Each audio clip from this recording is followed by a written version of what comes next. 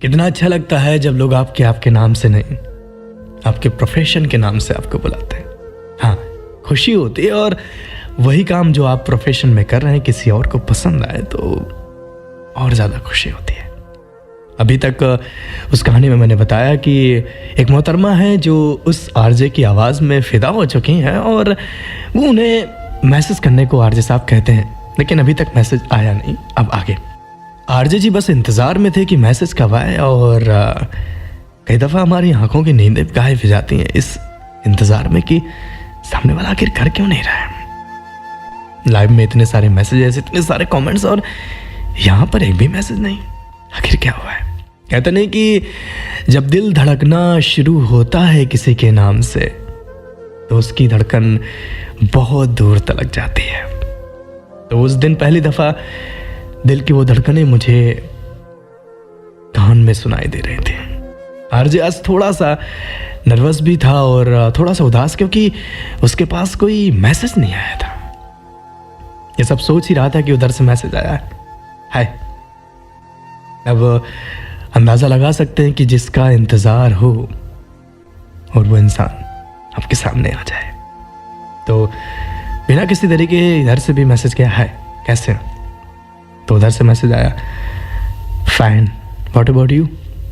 मैंने कहा एकदम आपकी तरह। तो उधर से मैसेज आया कि वो तो आप मेरी तरह ही हैं या हमेशा हर किसी की तरह हो जाते हैं? मैंने कहा स्पेशल आपके लिए। वैसे तो हो जाता हूँ, लेकिन आज खास बात है। इतना बोलने के बाद मैंने नीचे मैसेज भी कर दिया था कि और हाँ, प्लीज़ डोंट टेक अदरवाइज मैं सच बोल रहा हूँ, फ्लर्ट नहीं कर रहा हूँ। शायद मुझे ऐसा लगता है कि ये बात सुनकर उनके चेहरे में मुस्कुराहट आई होगी, और लेकिन मुझे अभी तक दिखा नहीं था कि मुस्कुराहट आई है नहीं आई। कितने बेताब हो जाते हैं ना जब हम किसी से बात करने लग जाएं और वो इंसान हमें दिखे ना कि दिखता कैसा है, उसके देखने की चाहत बढ़ जाए। बेझिझक होकर उसने बस एक ही सवाल बोला कि हम कॉल पे बात करें? उधर से आवाज आई कि क्यों, यहां भी तो कर सकते हैं।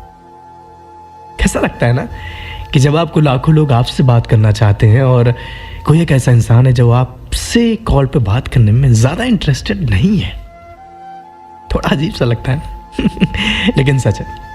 लेकिन उसके बाद इंतजार तो था। मैंने पूछा कोई खास वजह, यानी कि आरजे साहब ने पूछा, तो उधर से आवाज आई कि हाँ। मैंने पूछा क्या?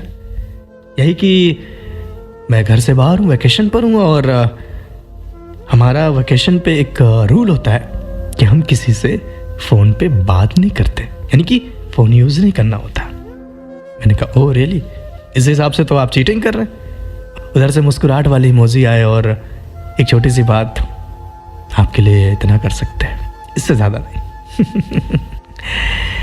ये बातें सुनकर आरजे साहब बहुत ज्यादा खुश हुए, और लेकिन एक बेताब भी तो थे, लेकिन बात बढ़ानी थी।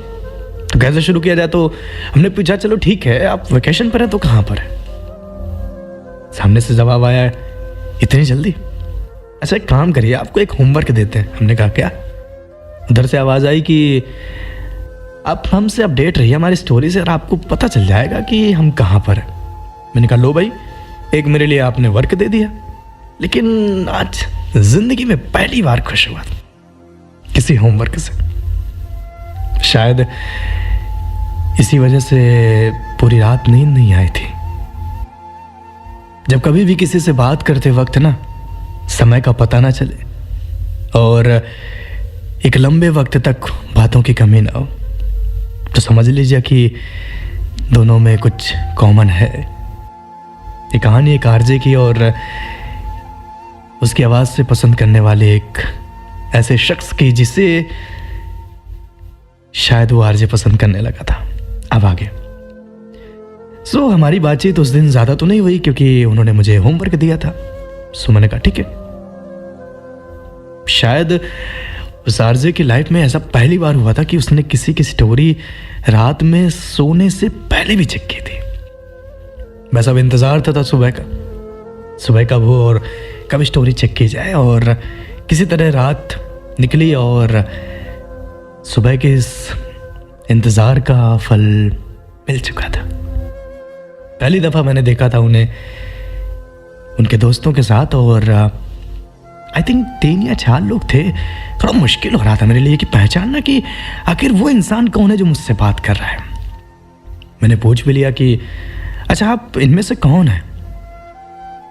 कई दफ़ा हम ऐसे सवाल सामने वाले से इसलिए कर लेते हैं क्योंकि हमें पता होता है कि उत्तर में क्या आना है। इधर से आया कि ये आपका होमवर्क है, आप पहचानिए। मैंने कहा थोड़ा मुश्किल था लेकिन इतना इम्पॉसिबल भी नहीं था। पता है जब पर्टिकुलर कोई आपके लिए फोटो क्लिक कराता है ना, उस फोटो में जो आपके एक्सप्रेशंस होते हैं, जो आपकी बात होती है, जो आप दिखाना चाहते हैं, वो सब दिखता है। तो बस मुझे पहचानने में ज़्यादा वक्त नहीं लगा और मैंने कह दिया कि केसरिया रंग मेरा फेवरेट है लेकिन हरियाली मुझे ज़िंदगी में बहुत पसंद है।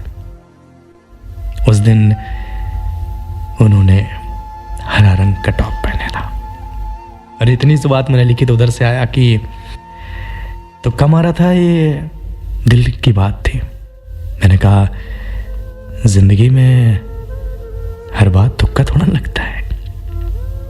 कई बार तो निगाहें खुद में खुद वो बातें कह देती हैं जो शायद दिल भी नहीं गवाही करता है। सच बताऊं तो ये मेरे लिए भी थोड़ा सा नया ही था क्योंकि मुश्किल था थोड़ा पहचान पाना। एक जैसे सभी थे और आपने किसी एक ऐसे इंसान को देखा ही नहीं पहले कभी जिससे आप बात कर रहे हो और इस इंसान को 3 या 4 लोगों में से आपको चूज करना है कि कौन है, लेकिन दिल सिर्फ तुम में आगे धड़का था। फिर क्या, हमारी बातचीत शुरू हुई थी और वो सिलसिला चलते चलते चलते चलते कब पहुंचा कुछ पता नहीं। हाँ, हमारी और उसमें एक बात कॉमन बहुत थी, वो थी बारिश।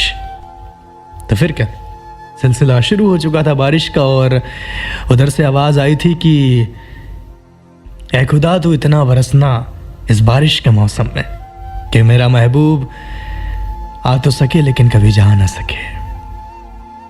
मैंने कह दिया था कि ऐ खुदा मैं भी तुझसे गुजारिश करता हूं कि मुझे आने का वक्त जरूर देना और जाते वक्त इतना बरसना कि मैं खुद अपने महबूब से दूर ना जा सकूं। कुछ इस तरह की बातचीत हमारी शुरू हुई थी और कब बात करते करते यह सिलसिला यूं ही आगे बढ़ता गया। और मैंने पहले भी कहा था कि जब कभी भी किसी खास इंसान से बात करते वक्त और बातें दोनों ना खत्म हो, शायद कुछ बात है। आखिर ये बातों का सिलसिला कहां तक पहुंचा और क्या क्या बातें हुई, सब कुछ बताऊंगा। बहुत ही प्यारी सी कहानी है, हमारे साथ जुड़े रहिए। और ज़्यादा मुझसे जुड़ने के लिए और शॉर्ट स्टोरी सुनने के लिए आप मेरे साथ इंस्टाग्राम पे जुड़ सकते हैं। इंस्टाग्राम पे मिलता हूँ RJ आनंद, RJANND। बस प्यार देते रहिए, मोहब्बत देते रहिए।